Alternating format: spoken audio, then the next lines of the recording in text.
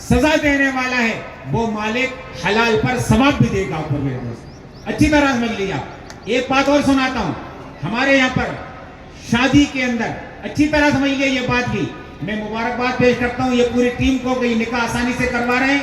ہمارے یہاں پر یعنی پیغمبر اسلام کے اندر، اسلامی لا کے اندر شادی سے پہلے، شادی کے وقت اور شادی کے بعد، دوبارہ کہہ رہا ہوں میرے طرح غور سے بات سنیے گا، کہ اسلامی تعلیمات کے اندر شادی سے پہلے، شادی کے وقت اور شادی کے بعد خرچ کرنے کی ٹوٹل ذمہ داری لڑکے پر ڈالیے، لڑکی والوں پر کوئی ذمہ داری نہیں ہے میرے پاس.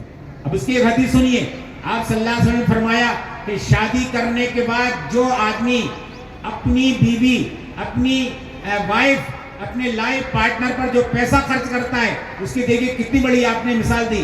آپ نے فرمایا کہ آدمی پیسہ خرچ کر کے مسجد، مدرسہ، غریب، محتاج، جتنے اچھے کام ہو سکتے ہیں، لیکن ایک پیسہ آدمی شادی کے بعد دینارن انفقتہ علی زوجہ کا، پیغمبر صاحب نے فرمایا کہ شادی کے بعد جو آدمی یعنی شوہر یعنی اس کا ہسبینڈ اپنی وائف، اپنی بیوی پر جو پیسہ خرچ کرتا ہے، مالک ان تمام پیسوں کے مقابلے میں اس پیسے کا زیادہ ثواب دے گا جو آدمی اپنی بیوی پر خرچ کر رہا ہے میرے دوست. دیکھیے اس کو کہتے ہیں کہ آم کے آم گٹھلیوں کے دام.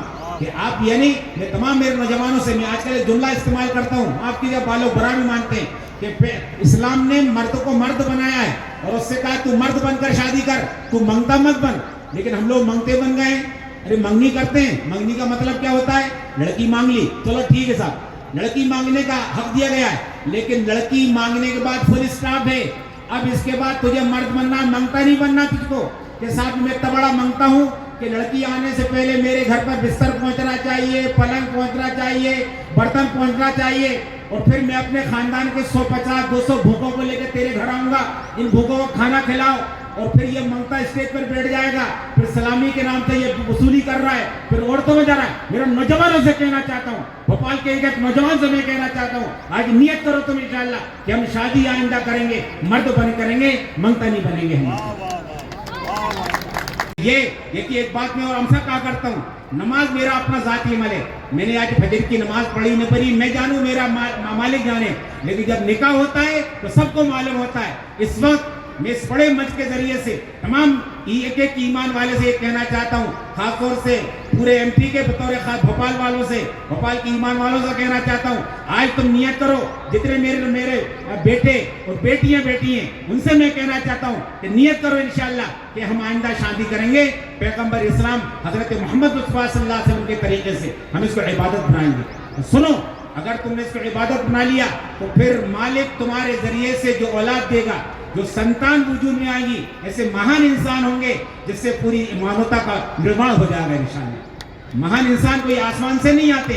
مہان انسان کا وجود ہوتا ہے اچھے ماں باپ سے.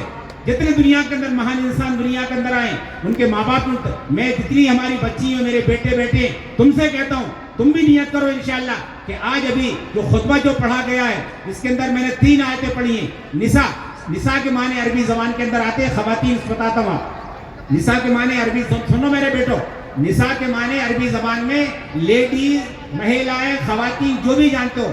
قرآن میں ایک بڑی سورت یعنی بڑا ایک چیپٹر ہے جس کا نام یہ خواتین پر رکھا گیا ہے. اس کی پہلی آیت پیغمبر صاحب نے نکاح کے موقع پر پڑھی ہے. سنو میرے جوان بچوں اور بچیوں، پیغمبر صاحب نے گویا یہ کہا ہے کہ مالک نے سورہ نساء کے اندر تمہاری یہ ڈیوٹی لگائی ہے، بحیثیت مسلمان شوہر کے اور بحیثیت مسلمان بیوی کے، تم دونوں سورہ نساء پڑھ کر عمل کرنا. اور آج ہم سب جانتے ہیں کہ پوری دنیا کا جھگڑا جو ہے، ہر آدمی رائٹ لینا چاہتا ہے، ڈیوٹی نہیں کرنا چاہتا ہے. پیغمبر صاحب نے یہ ہدایت دی ہے کہ ہر آدمی اپنی پہلے ڈیوٹی کرے گا تو انشاءاللہ اس کو رائٹ ملیں گے. میں تمام بچیوں کو کہنا چاہتا ہوں، میری بچیوں مبارکباد پیش کرتا ہوں، میرے بچوں کو مبارک پیش کرتا ہوں. تم سے امید کرتا ہوں انشاءاللہ کہ تم اپنی زندگی میں سورہ نساء پڑھنا اور پڑھ کر عمل کرنا، تو پھر انشاءاللہ تمہاری زندگی میں مالک برکت دے گا، عافیت دے گا، خیر دے گا، سہولت دے گا، اور مالک تم کو نیک اور صالح اولاد عطا فرمائے گا. میں ایک بار پھر تمام ہی اس منچ میں ہمارے جتنے حضرات میں شرکت کی ان کو مبارکباد پیش کرتا ہوں. اچھا کام کوئی بھی کرے گا، اچھا کام کام کرنے کے اندر ہمارے قرآن میں کہا گیا ہے تعاونوا علی البر والتقوی، اچھے کاموں کے اندر ایک دوسرے کا تعاون کریں. جنہوں نے ایک اچھا کام کیا ہے ہم ان کو پورے مبارکباد پیش کرتے ہیں. اور جن حضرات نے بھی اس کے اندر جو انداز کا بھی دامے درہمے سکنے ایک پیسے کا بھی تعاون کیا ہے ہم ان کے لیے بھی دعا کرتے ہیں اور آمین میں دعا کرتے ہیں کہ مالک ہم سب کو اس میں، اور یہ بھی سمجھ لیے کہ مالک نے اپنی مرضی سے اپنی حکمت سے اس زمانے میں اس صوبے اور شہر میں ہم کو پیدا کیا ہے. ہم سب اس کی نیت کریں انشاءاللہ کہ مالک آپ نے ہم کو اس شہر اس صوبے میں ہم کو انسان پیدا کیا ہے تو ہم اچھے انسان بن کر یہاں پر رہیں گے، مانوتا کو ہم ترقی دیں گے اور مانوتا کو ترقی ملے گی. اور ہندوستان ہمارا جو پوری دنیا کے اندر یہاں سے محبت کا پیغام دینے کے لیے مشہور تھا، انشاءاللہ مستقبل بھی فیوچر میں بھی ہمارے صوبے سے ہمارے دیش سے ہمارے شہر سے مانوتا کا انسانیت کا پیغام کا انشاءاللہ یہ سبق ہوتا ہے. نؤمن به ونتوکل علیہ ونعوذ باللہ من شرور انفسنا ومن سیئات اعمالنا من يهد الله فلا مضل له ومن يضلل فلا هادي له واشهد ان لا اله الا الله واشهد ان محمدا عبده ورسوله. اما بعد قال الله سبحانه وتعالى في كتابه المجيد اعوذ بالله من الشيطان الرجيم بسم الله الرحمن الرحيم يا ايها الناس اتقوا ربكم الذي خلقكم من نفس واحده وخلق منها زوجها وبث منهما رجالا كثيرا ونساء واتقوا الله الذي تساءلون به والأرحام إن الله كان عليكم رقيبا. وقال الله سبحانه وتعالى يا أيها الذين آمنوا اتقوا الله حق تقاته ولا تموتن إلا وأنتم مسلمون. وقال الله سبحانه وتعالى يا أيها الذين آمنوا اتقوا الله وقولوا قولا سديدا يصلح لكم أعمالكم ويغفر لكم ذنوبكم ومن يطع الله ورسوله فقد فاز فوزا عظيما.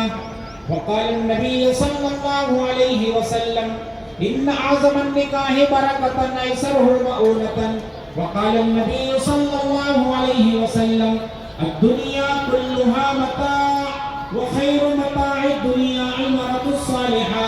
وقال النبي صلى الله عليه وسلم النكاح من سنتي وقال فمن رغب عن سنتي فليس مني أو كما قال عليه الصلاة والسلام. محترم سامعین کرام یہ اپنی یاد لطیف فرمائے وآخر دعوانا الحمدللہ رب العالمین. دعا کرتے ہیں، دعا کر لیں محمد وعلى آلہ وصحابہ وازواجہ وذریاتہ واہل بیت اجمعین. ربنا هب لنا من ازواجنا وذریاتنا قرۃ اعین واجعلنا للمتقین اماما. اے پروردگار جتنے آج نکاح ہوئے ہیں ان تمام نکاحوں کو بے انتہا قبول فرما. اے اللہ ان بچے اور بچیوں یعنی دولہا دلہن کے درمیان میں اللہ محبت، اے اللہ الفت، اے اللہ اور پیار اور قائم فرما. پوری زندگی کو سین سکون نصیب فرما. اللہ جتنے خاندان میں جڑے ان خاندانوں کے لیے باعث برکت باعث رحمت بنا. اے پروردگار اے اللہ اس نکاح کی برکت سے ہم آپ سے سوال کرتے ہیں ہم میں سے جو جس پریشانی کے اندر مبتلا ہے اس نکاح کی برکت سے ان کی پریشانیوں کو دور فرما. جتنے بے شادی شدہ بچے اور بچیاں ہیں اور جو نکاح کرنا چاہتے ہیں ان کے لیے بھی بہتر سے بہتر رشتے متعین فرما. اے پروردگار ہم سب کو ہدایت عطا فرما اور ہدایت پر استقامت نصیب فرما. اے پروردگار ہم سب مسلمانوں کو نکاح کو بطور عبادت کی نیت سے پیغمبر صاحب حضرت محمد مصطفیٰ صلی اللہ علیہ وسلم کے طریق مطابق کرنے کی توفیق نصیب فرما. جن حضرات نے جن لوگوں نے اس میں تعاون کیا ہے، شرکت کی ہے، مدد کی ہے، دامے درہمے سکنے، اللہ ہم سب کو جزائے خیر عطا فرما.